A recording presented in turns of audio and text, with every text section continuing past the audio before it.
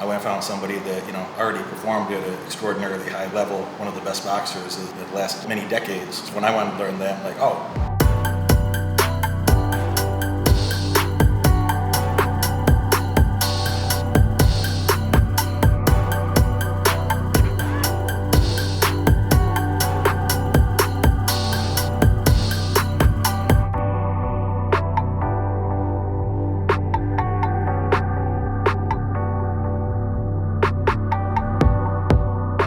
Moneyberg, people want to know, why are you training with a world famous coach instead of World champion instead of just any old guy? Multi-time world champion. If you want amateur results, like you could punch a teddy bear, or you could find like a professional, an expert that already did way tougher shit than you even worrying about doing or trying to do, and probably could get you up to speed way quicker. We got a lot better results in like a couple days working together, doing a lot better event.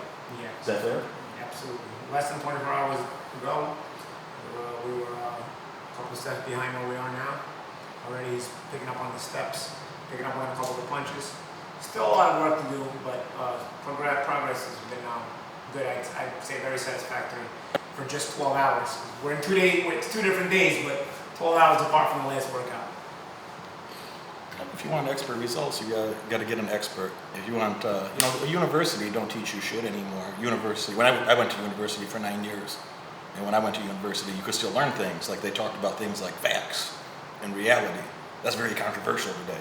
Now they talk about bullshit that, it's not going to actually help you make any money. You might get a degree, you can argue what that's worth today. Not much. I used to think college is very important. I got 3 college degrees, but you can't learn things in college that you used to. So if you want to learn intellectual things, you have to find somebody who already did those things in real life, and then they can teach you how to do the things they already did.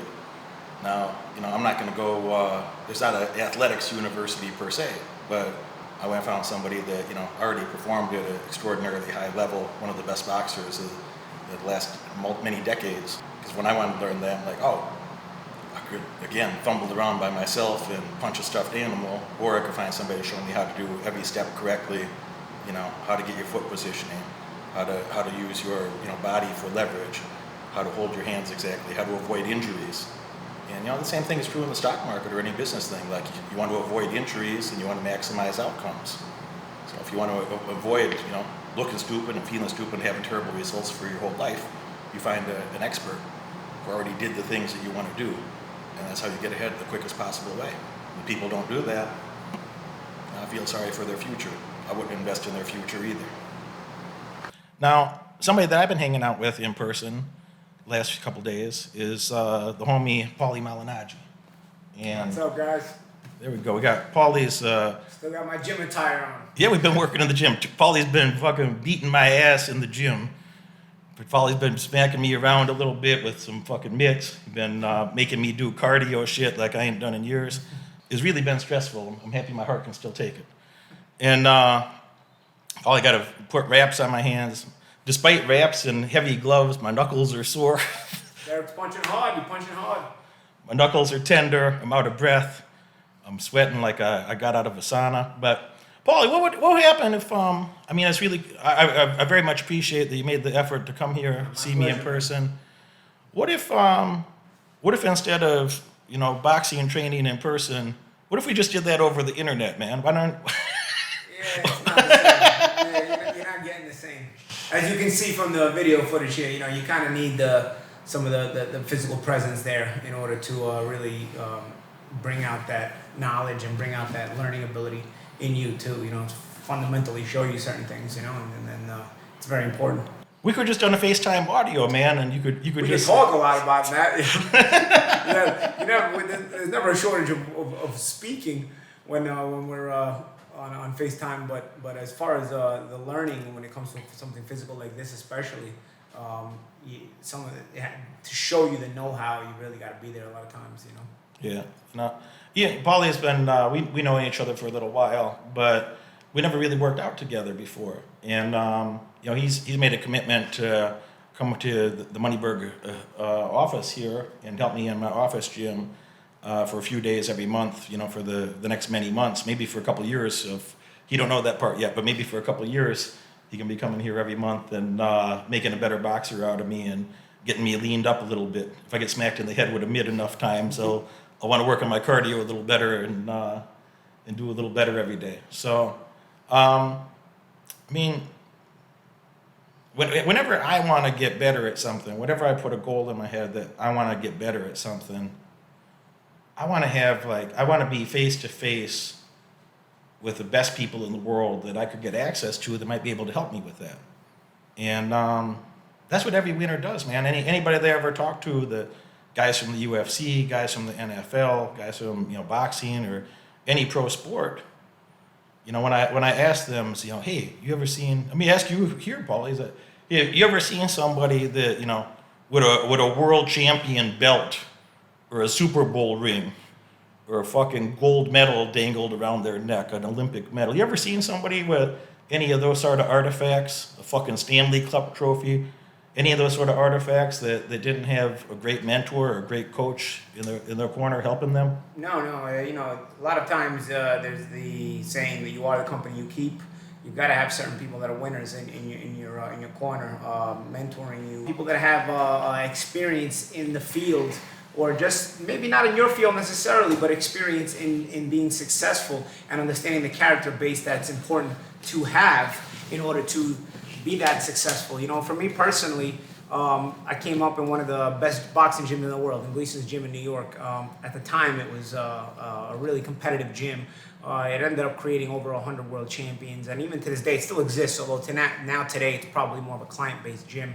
I don't know that it'll create more world champions, but in its history, it has created a lot of world champions. And when I started boxing there, it was a very, very competitive gym, some very good trainers, some very good fighters used to train there. We're on a world-class level, championship level fighters, hungry young fighters who wanted to achieve that alongside with me, of course. But you're all trying to knock each other off and trying to be the best guy, be the man in the gym, as well as being the man when you go out and compete. And so that kind of thing, always having that kind of winning mentality around you. You've got intelligent words to say from told to you by the experienced world champion or the experienced trainer or your own trainer in general.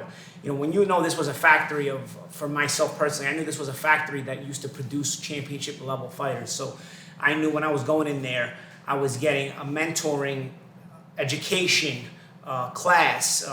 Sometimes very painful, don't get me wrong. But anything you take on to your shoulders and try to achieve, if it's worth achieving, trust me, and you guys know it, if you've tried anything worth achieving, that, and I'm sure, in this, the people that join you are always worth trying things. These are high quality people. Yeah, exactly. So, if it's worth trying to achieve, most people are going to fall off, and although the gym created a very competitive atmosphere and created many world champions, at the end of the day, I also saw many wannabe tough guys coming into the gym and fall off, So cream rises to the top, and I knew that in a place like that where there was enough cream had risen to the top, I knew that I belonged there. And once I started to, be competitive in that gym myself and started to get my results, I knew that the mentors that had been in that gym, the older guys that had come before me, all those guys that had kind, intelligent words to say to me, giving me smart advice. And of course, just a very competitive training. When you've got guys that are always better than you, you're always striving to be better. When you're the best guy, you're the smartest guy in the room, there's a possibility and a danger to, lose that hunger, lose that ability to keep striving. When there's, that's why in NASCAR or in Formula One, there's always a pace car, right? What do you think that pace car is for? It's to set the tempo. And so when you're the smartest guy in the room or the strongest guy in the room or the best athlete in the room, there can be a tendency, human nature, to kind of start to take that lull a little bit. But when you're always in the room where it's so competitive that you can't afford to, slip up even a little bit, or you'll lose your position, your pole position, it's going to keep you on your P's and Q's every single day. It's going to keep you sharp every single day, and it's going to keep you very, very focused every single day, because you're willing to always take in that knowledge from the people that are in there, and that mentoring was very important to me. So you didn't just have world champion coaches and trainers, but also your peers in the environment, also world champions. And you love each other, but at the same time, you're trying to knock each other off, and you go in there for a sparring session, and you'd be trying to knock each other's block off. You know, you hug it out afterwards, you'd be happy. But if I'm training for a fight and it's a big fight, and you're training for a fight and it's a big fight, and we're going in there and sparring, I mean, we're trying to get each other sharp, but at the same time, I need to know where I'm at. So I'm going to let it all go, and you're going to do the same thing. So you ended up having to, again, the gym was very competitive. Why? Because in order to excel in that gym, you had to be of a certain level. You got thrown into the ring with some of these guys and you weren't of the level, you got beat up on and so badly that most of the time you wouldn't come back. So, you know, you'd end up having to reach a certain point where, you know, you were either going to be able to get better or you'd get chewed out. And that was basically what happened in that gym at that time. And that's a metaphor for life. You know, if you want to keep achieving, if you want to keep succeeding, it's the same thing. You know, you want to keep rising to the next level, to the next level, to the next level. It's going to get harder and harder. It's not going to get easier. Just because, oh, you went through the hard work here, now I'm going to be here. No, you get here, it's even more competitive. And not only is it more competitive, now you've got people on that level that you're competing with. And you're no longer competing with the bottom rung. You've surpassed the bottom rung, and you're going to that middle rung or to the higher rung. And the competition that is there has also gone through the steps you've gone through. So now they're battle tested. They have that character and they have that will and endurance to succeed as well. So the competition gets more fierce actually. You know, the higher you reach, the higher the levels you reach. So that's why it's important to have that base, have that mentality where, you know, you've had the proper mentors, you've had the proper mentorship, because at the end of the day, those values you learn stay with you, and those are the things that keep you grounded, keep you focused on those bad days. Because hey, let's face it, not every day is a terrific day when we're striving to be the best. But it's the ones with character that come back and again the next day and the next day and the next day and make it count and eventually overcome every obstacle. So you went to the tough gym, and you know 100 world champions. You said come out of there, and you became the top guy at the gym, or at least pound for pound became the top guy at the gym. Yeah. Yeah, I was one of the best fighters in that gym. That gym at the time when I was training there had a few world champions. I ended up becoming a world champion myself. Multi-weight division. Multi-weight world champion, yes. And still, even when you're the champion in that gym, I mean, the guy gets in there and spars with you. Now you want to make your name. I remember when I was the young prospect getting in there sparring with world champions, I wanted to do as good as I could so I could brag to people like, yo, I got the better of that world champion. I sparred with him. I got the better of him. So again, it doesn't get any easier. It's not like you reach a certain level and you say, oh, okay, you can rest on your laurels. If you want to stay there, if you want to be there and stay there, you know, it's only going to get more cutthroat and competitive, you know? So you've got to have that ferocity with you every day to stay at the top, if that is what your goal is. If you're that guy with the world champion belt, you got guys, not only are they coming in there sparring to see what happens, but you got guys, they're watching fucking video. They're watching your videos and looking for any little thing to... And it becomes gossip fodder. So if you're a world champion and somebody beats you up in the gym, that person is going to talk to other people like, oh my God, or somebody else is going to say in the gym, yo, you see that? That guy beat up that world champion, you know, in that sparring session, you know? So it becomes very much gossip fodder, and and I've been on both ends of it. You know, I had been the guy, the prospect, the young contender who would get in there with world champions and want to get the better of them, and I have been the world champion that had sparred the young contenders and prospects, and they want to get the better of me. You know, so I can tell you that just because you reach that certain level, it didn't get less competitive. Well, you know, I had a chat with Michael Chandler recently, and you know, for people here who don't know, Michael Chandler was a champion at Bellator, and he was at Bellator for 12 years. He was a champion there multiple times. Came over to UFC about exactly a year ago, and a few weeks ago I was hanging out with Michael Chandler for the day, and we talked about this idea like overnight success. You know, that when you get your belt is like, you know, a lot of people didn't know who you were before. I'm not saying you specifically, but that's how it is. That's how it is. When you're coming up, now everybody knows who you are, and they think that shit just happened overnight. Takes a decade to become an overnight success a lot of times, you know. I know that for me, for sure. You know, I started boxing in June 97, and I won my first world championship in June 2007. So exactly a decade to become an overnight success. As, you know, maybe a lot of people didn't hear about me before that point, so I might come off like an overnight success. But at the end of the day, overnight successes usually are behind the scenes building that foundation so that when they reach that success, they're able to remain there. Because used overnight success, the word success is not a flash in the pan success. I don't know. When I think about a successful person, I mean a person that has longevity at that level, and that's essentially what's needed. It only took me 35 years to be an overnight success. I made my first entrepreneurial dollar when I was 7, and it only took me 35 years to, you know, get a plaque like that sent to me in the mail. So, you know, you start a new business from scratch, 0 to 10 million in less than 2 years, you know? Yeah, and that's what I mean. But in those 35 years, you're building that foundation. You're building that All the neural pathways. work ethic, characters building, developing. You're intaking knowledge, and you're also making smart decisions. You know, making smart decisions in your life as well. You know there's a lot of people who can burn money really fast, or wreck their success really fast, or don't know how to handle their success, and go down the wrong path once they start achieving a certain amount of success. You know, you got to ask yourself, you know, are you in it for the reputation, or are you in it for the success? If you're in it for the success, it means you're in it for yourself, you know? And that's how that kind of separates the men from the boys once you reach a certain level, because you want to reach a certain status for your reputation publicly, and that's what your main goal is.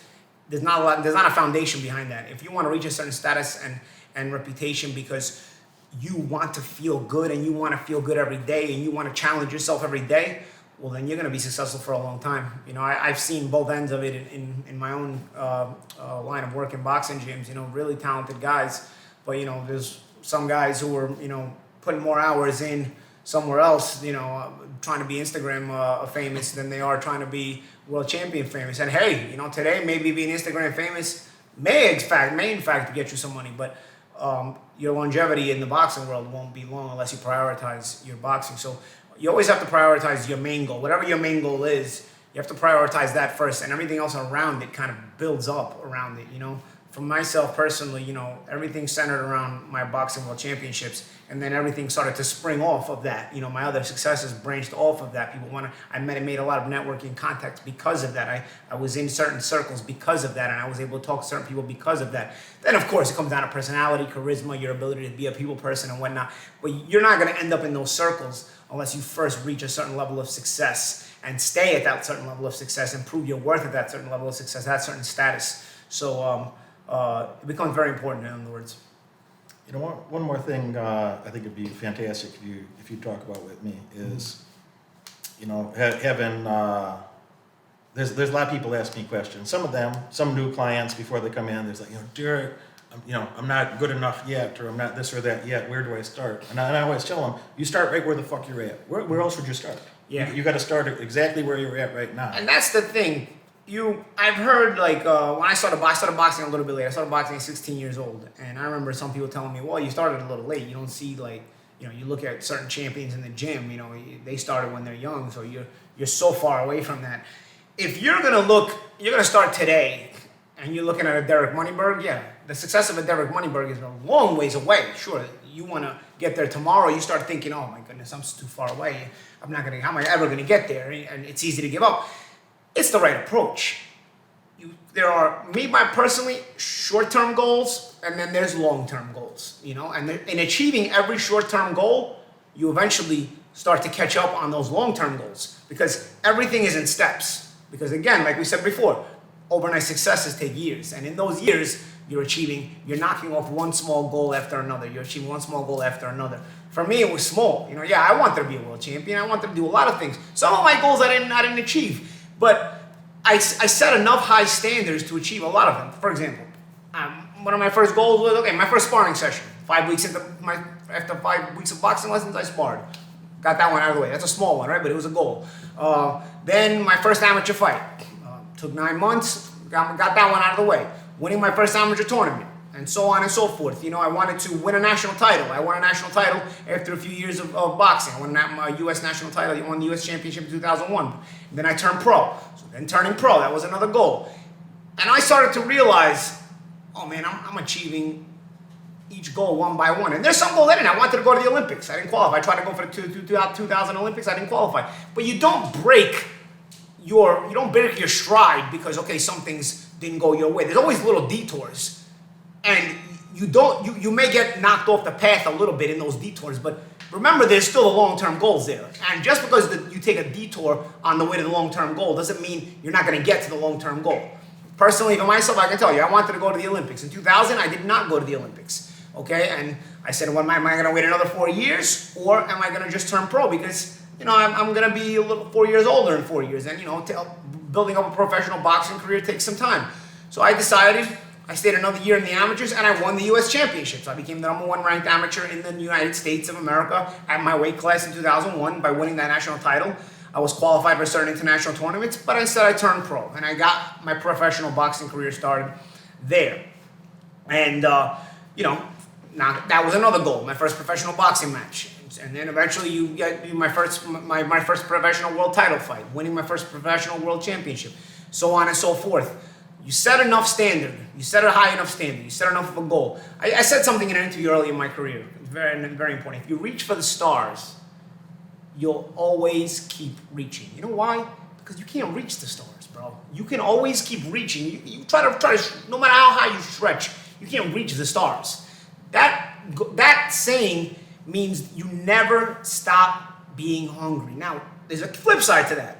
You're risking never being happy, never being satisfied, and you're risking a little bit of misery along with an incredible amount of success. But if you learn how to balance yourself emotionally, you'll still, at the end of the day, get a lot of satisfaction out of going for your goals, and you'll be able to achieve the laurels of your success, the spoils of your success. Do I still sometimes wish I'd gone to the Olympics? Of course, but I didn't get there in 2000, and I would have had to wait a bunch of more years if I tried it for the 2004 Olympics. So I turned pro, and sometimes, you'll always wonder the little ones you didn't knock off. But at the end of the day, remember, there's the short-term goals and the long-term goals. If you check off enough of them, you're going to be a success. Trust me. Especially if you set the standard high enough and you keep reaching. Last one, maybe I'll ask you to talk about, but you told me a story once that I thought it was one of the most compelling stories I heard in that year's time. That you told me you were 16 years old and you barely had money to get to get transportation to go to Madison Square Garden to watch a fight that was important. It was my first professional boxing match I ever attended, and I had no amateur fights yet, and I had been boxing for 6 months. I started boxing in June '97. In December 1997, there was a big-name fighter from England that was coming to make a splash in the United States, and he was a major fighter. And if you guys are boxing fans, any out there, you guys know who he is. It was Prince Nassim Hamed. And he was fighting an ex-world champion from my gym, Kevin Kelly. So I went there to root for Kevin Kelly. But in the meantime, I was very curious about this Prince Nassim Hamed. He was an incredible talent, a phenom, and he was making big waves and he had a lot of promotability. Very charismatic guy, and he could fight. He could really fight. He could really punch. And so I decided I would see every day on my way to the gym on the trains, there was a big promotional push for him. HBO was making a big promotional push for this guy. And I would take the train to the gym every day, and I would see on the gym and on the trains the advertisements, Prince Nassim Hamed, December 19th, I still remember the day, December 19th, 1997, American debut, whatever. And there was the posters. I think it was gloves were on fire, whatever. I don't remember exactly the promotional posters now, but they were all over the place, and I'd see them on the way to the gym, and I'd see them in the newspaper, and I said, okay, I'm gonna go watch this fight, because I'd see Kevin training in the gym every day, So I was now intrigued by this whole charade, and I didn't have any amateur fights yet, but I was improving. I was doing my sparring sessions. I was decent, but I definitely was a long ways away. And I wasn't sure if I was going to do this for a living yet, and didn't have a lot of money. I was a high school dropout. My grandparents put me in the boxing gym to keep me off the streets because they figured, this was the only way. Give me something to do that was going to give me a goal-oriented away from the street, because once I was not in school, I was only going to be knuckling around where I shouldn't be, and especially with no goals. And I did like boxing. But I wasn't sure how far I could go. I still had those questions where, again, where do you start? I was just starting, and there was these champions were way ahead of me. How far can I really go with this? I still had questions. And I took the train. I saved up some money. I used to do some deliveries from my uncle's pizzeria. My uncle had a pizzeria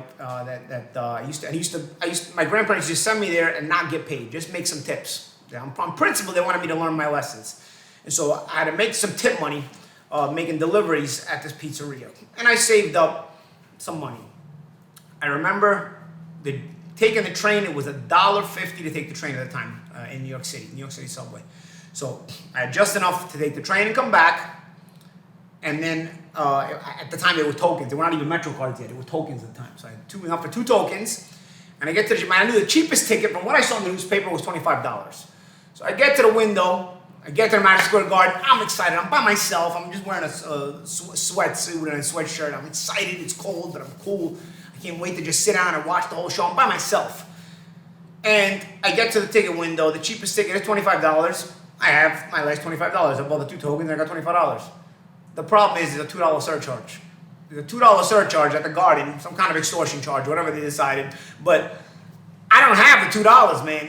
And now I was all excited. I got my hopes up, and I don't have these $2 to go into the arena. And I told the lady, I'm like, it's my last $25. I don't have it. I was like, and I guess she saw the disappointment in my face. And I was a kid. I just turned 17, but I always looked younger when I was a kid. I probably looked like I was 14, you know.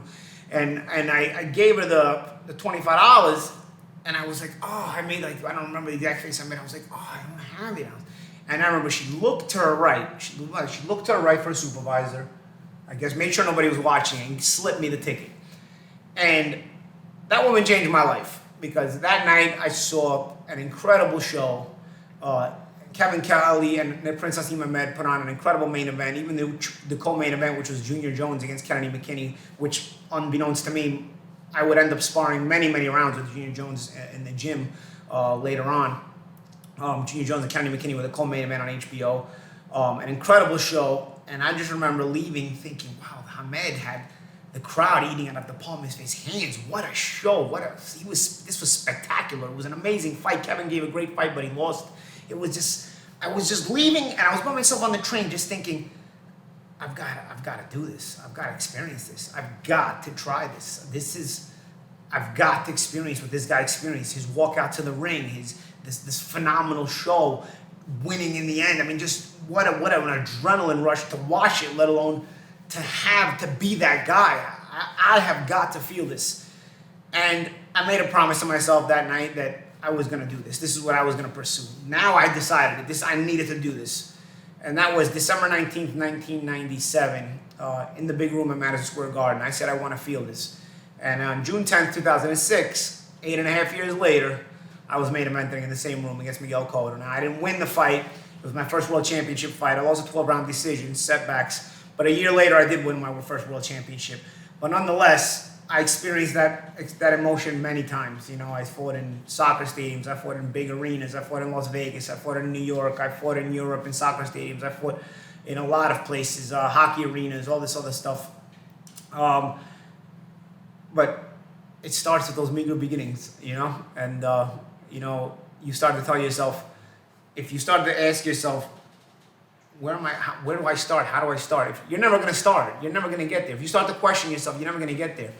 Start now.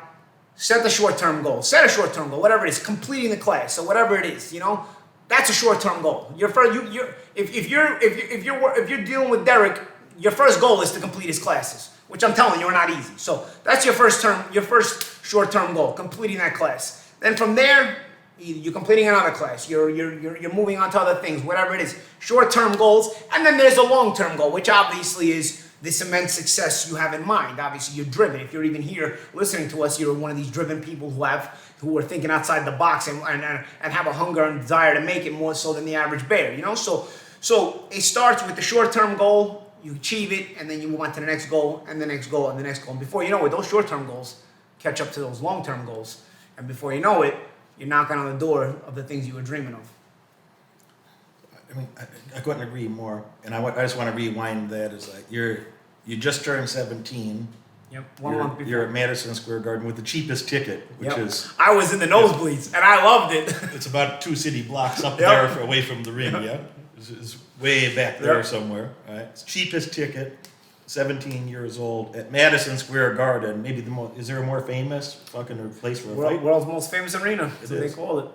So you make it to Madison Square Garden with the cheap seat ticket. You have to, And you know what's funny about that night? I didn't mention it to you last time. There's another small tidbit from that night that's crazy how everything revolves around that night. On the undercard to Hamed and Kelly, deep undercard, a guy who had just turned pro for a 4-rounder. His name was Richard Hatton, a.k.a. Ricky Hatton. 11 years later, me and Ricky Hatton would main event in the MGM Grand in Las Vegas. I had no amateur fights, and he had just turned pro, fighting an undercard 4-rounder in front of nobody in the arena. And 11 years later, I would have no clue that I and this guy would be main eventing in the MGM Grand in Las Vegas. So Ricky was a big name like you that he fought everybody as well. Ricky was a championship fighter. Yeah, we fought in a world title fight. We fought each other in a championship fight in 2008, November 2008. So I main evented in the Garden, which I said I wanted to feel that, and I ended up doing that in that particular arena, which I wasn't sure if that was gonna happen in that arena or whatever. I just wanted to feel what this guy felt and what Hamed felt. I ended up getting to the main event status in a big fight in Madison Square Garden in the same building. But then on the same show that I was watching, I also ended up main eventing against the other guy on that show, Ricky Hatton, 11 years later in Las Vegas. I would have never known. I mean, you couldn't even, I could have never pictured it at that time. Yeah. So 16 years old, start boxing. 17 years old, first time at a pro fight at the Garden. Madison Square Garden is, I'm sure most of you know what this is, but it is the most famous arena in the world, and every big everybody, Madison Square Garden, that's the biggest stage. Yep. And 8.5 years later, before you're the headliner, to go from the kid in the back, sitting way back there, to being the guy nosebleeds, who shouldn't have even been in the building, but thanks to that woman, I was there watching the whole show. I got so many stories like that not the same magnitude, but those versions of that in my life where something seems so far away. Something seems so far away, and you got to start chipping away at it. If you don't start, it's always going to be far away. The time's going to go by either way. And you're either going to be fucking dead and you didn't do shit, or you're going to be the person be like, man, I don't know how the fuck to get there, but I'm taking the steps. I'm moving in that direction. Yeah, you might as well use the time to try to chip away and start to get around the laps. The Indy 500 is 500 laps, bro. You know what I mean? Like when the guys start, they complete the first lap. Okay, they know they didn't win the race, but hey, man, you got through the first lap, you get through the second lap. The closer you get, the more hungry you get, the more you start to believe it, even if it's far away. As soon as I won my first amateur tournament, I was just like, oh man, what a great feeling. I was way far away from a world championship. I mean, now, just the little successes you start to gain on your way already motivate you to keep going, because now you have this. You realize the opportunity you have, and you can keep doing it. And the long-term goal is still far, but now you're hooked to the successes you're having, even if they're smaller. Now you're hooked to these little successes, and then you can keep striving for more little ones, and they're going to become bigger and bigger and bigger. And before you know it, you're knocking on the door to those big goals, aka dreams you had, I'm never going to get to fight in the Garden, but I do have an event. My buddy Michael Chandler, he's got an event there on November 6th. And I got tickets for the second row. I mean, not the second row back there somewhere, but like the second row. That's a nice seat. You know what those tickets cost. That's a nice seat. So I'm never going to get to fight in the Garden. Maybe I'm going to speak on stage there someday. But, my version of that, not to compete with yours, I think is one of the most compelling stories, and thank you for sharing. Not about competing with it, but it's about sharing. As a kid, I would just broke, and I just felt hopeless. And I never could have imagined that those little steps, over time, compounding would turn into some of the experiences I'm having in my life now. I couldn't imagine it. I literally didn't have a mentor or the framework or even the imagination to think that I could do some of the things I'm doing in life today. But that's the thing, man. It's like we can all find an excuse if we want to, or we can get to it. And trust me, just because you get to it doesn't mean that it's suddenly just going to fall into place. Even when you get to it, you're going to run into obstacle after obstacle after obstacle. It's up to you. If you quit, I remember there was a rivalry I had in the amateurs. This kid beat me a few times. And this kid had knocked off a bunch of pretty good fighters, and a lot of them I remember quit on the local scene. I remember thinking, like, if I quit, I'm just cutting my nose off to spite my face, because nobody's gonna remember me, nobody's gonna care. I didn't achieve enough to be remembered, to be known. The only person that's gonna care if I quit years from now is me. Nobody's even gonna talk about me. So why, I'm only gonna cut my nose off to spite my face. I gotta keep going. I gotta keep striving for it. I gotta keep attempting this. I gotta, not take no for an answer. And that's the same thing. You can make your excuses to never start, or make your excuses of why you can't do it. And you'll find plenty of them. Anybody can find them. Finding excuses is the easiest thing. As a matter of fact, we're talking about the smarter you are, the better the excuses are, right? So you know, you can dig in and go through all that and never really attempt it, right? But you can also start, and what you're gonna find is a lot of resistance. Trust me, you're gonna find one obstacle after another, because anything that's worth doing is never easy. And obstacle after another. But the thing about the obstacles is this: you can use the excuses and just say, "Oh, I can't do this. This person's stopping me," or you know what? It's gonna go take this a nap. system screwed me. They're gonna Sorry, go it's take a a dishonest nap. world, guys. I'm sorry. This dude. Oh, this. It's a. Or you can start banging away at those obstacles and not take no for an answer. And even if you fail the first time, banging away. Before you know it, you overcome one obstacle, and you overcome another obstacle, and you overcome another obstacle. And before you know it, now you're achieving a small goal, and a small goal. It gets addicting. You get addicted to winning. You know, we talked about winning before. You get addicted to winning. Even if there's small wins, you get addicted to winning. And all it makes you do is to make you be hungry for the bigger wins. And it also builds up your character, knowing that you are character-driven, battle-tested, and obstacles do not stop you. Adversity does not. It's not a detriment to your motivation. It motivates you even more to overcome. It's up to you. It's up to your mindset, and it comes down to your character. For me to accomplish some of my goals, I had to say no to a lot of things. And people call these sacrifices. I think of them as investments. I don't feel like I made all these sacrifices. I made an investment in a better future. But a normal person calls, "Oh, I made all these sacrifices. I made sacrifices to get ahead." No, you made an investment. But in any case, that's a vocabulary game or semantics. That's a good way to look at it. Well, it made it easier for me when I was doing what other people would call a sacrifice. Like, no, I'm saying no to distractions so I can say yes to the shit that I want most. Yeah. I think you gotta make a list of things that you're gonna say no to, so you can say yes to the shit that you want most. And there's a saying somebody told me once: live today like most people won't, so you can live tomorrow like most people can't. And I remember as a teenager training for national tournaments and being full head on. Now I was addicted, training full head on as a teenager for these major tournaments. Especially I was getting better as an amateur. I was getting better. I was getting nationally ranked. I was really in going full throttle with my foot on the gas at this goal. And my friends were going to spring break in Cancun, Miami, South Beach. I missed all that. Through my late teenage years, I missed all that. Those were the years where you used to go. Even my early 20s, 2021, I remember when I just turned pro, I still couldn't do that, And yeah, maybe there were sacrifices, or maybe there were investments, because later on, I did a lot more of that, and I did it better, because now I had the money to enjoy it more, So, and I was still young, it's not the be-all, end-all when you can't do it right now. If you can do it just a little bit later with more satisfaction, with more pizzazz, because now you're a successful entrepreneur and you're doing the things you missed out on, and you're not doing it out of spite. It's more enjoyable because you earned it. I went to spring break in Cancun, and I went there during the housing crisis in early 2009. I went there in March 2009. The stock market bottomed in March 2009. So when I was in Cancun for spring break, I spent about 15 hours a day at my computer, and then I had about 2 hours, to take a shower and eat, and I barely went outside.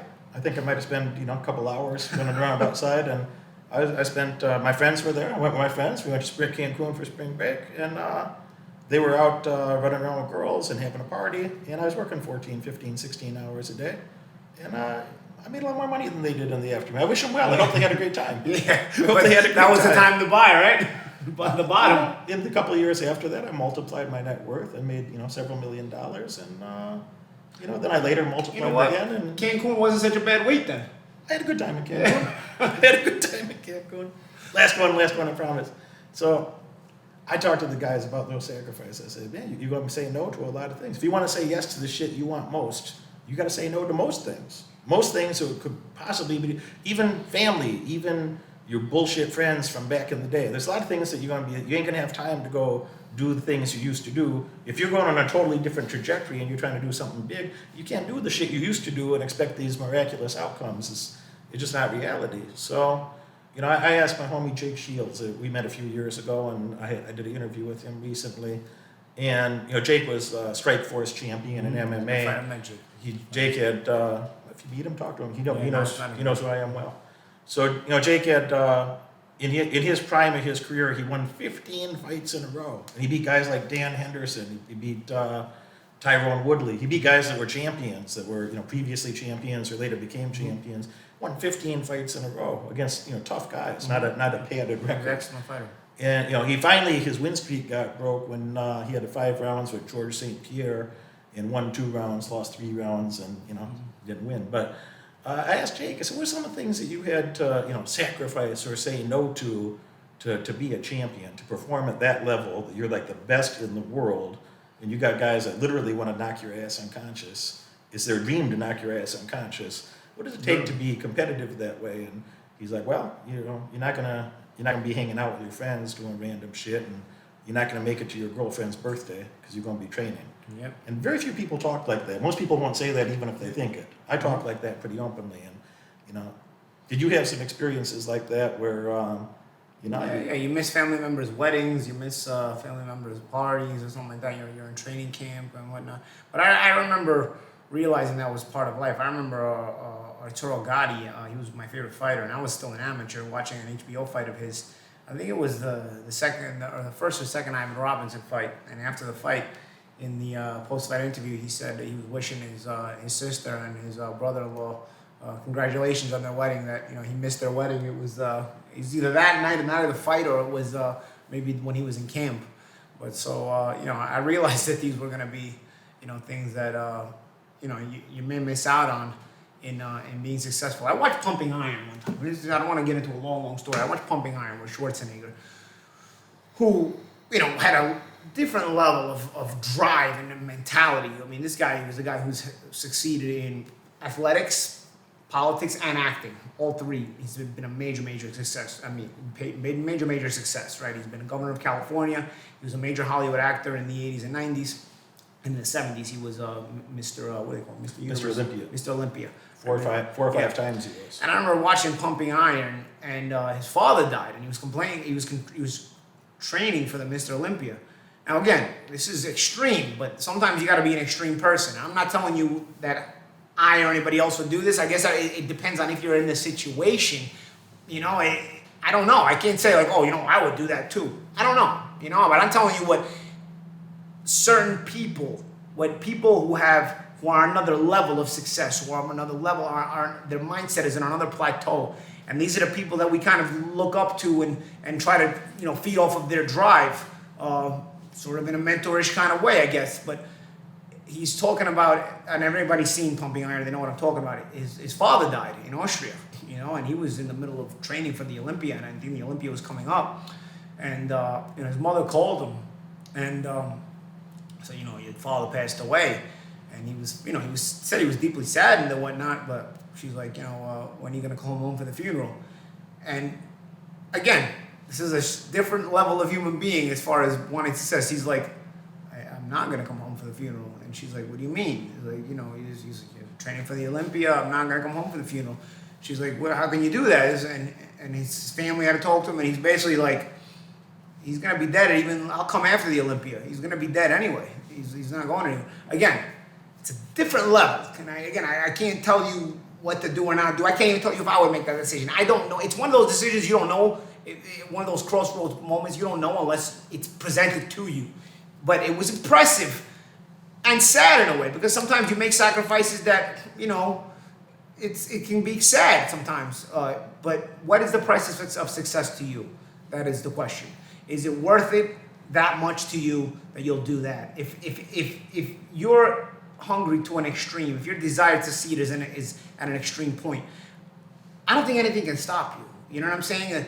And trust me, it's getting harder and harder to succeed in this world. But if you're motivated enough, and we have a capitalistic system, discipline when you're not fucking and when motivated. you're motivated, it's discipline too. It was a motivation automatically makes you disciplined. It's got to be there. But and we're able to still live in a capitalist system because capitalism gives you the opportunity to turn that hunger and desire into a lot of money or into a lot of success in general.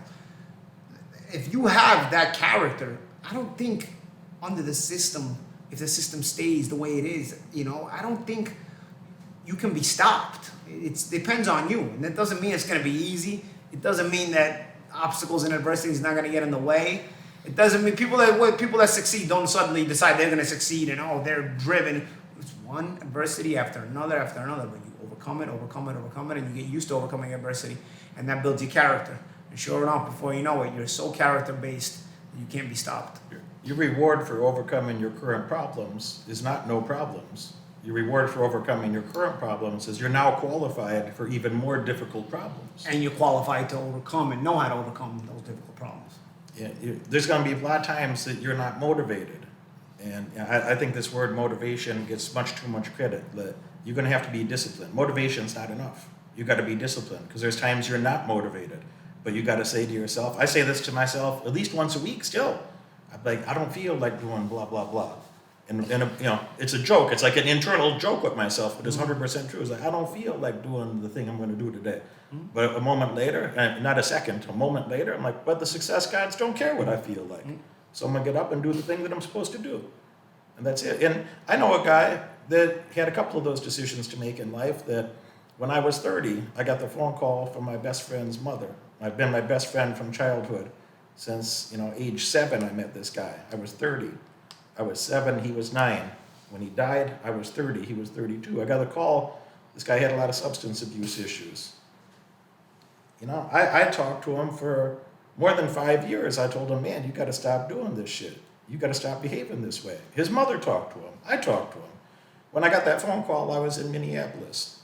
I got that phone call. His mother, her name's Lana. Lana called me. She says, Michael died, and we need you to come home and be a pallbearer. She's crying, and I said, I'm not coming. And I said, she's like, well, what do you mean? She can't imagine that I'm not coming. Like I'm his closest friend for his whole life. She can't imagine I'm not coming. I said, Lana, when I come, I'm on a business trip, and I'm going to take care of my business. You and I talked to the kid for years, for a decade. We tried to straighten the kid out, tell him do this different, do that different, stop this shit. And he didn't want to listen to us. I said, I'm not coming. I'm not gonna fuck up my life or change plans. He didn't care enough to keep himself alive. I can't care to come to his funeral. I told her I'm gonna come see you. When I get back in town, I'm gonna come see you, and we'll meet with you. We're gonna meet with his sister, and we'll spend family time together. They weren't my family, but but it was like that. Yeah. I said, I'm not coming. Later in life, I was in New York. I was at the Marriott Marquis Hotel. I had a suite at the Marriott Marquis in Times Square in New York. And I was looking down at Times Square. Times Square was right out my window. It's a very nice room and very nice view. And I got the phone call. My dad never calls me. And he could, but he calls me less than once a year. And so when Dad calls, there's something probably happened.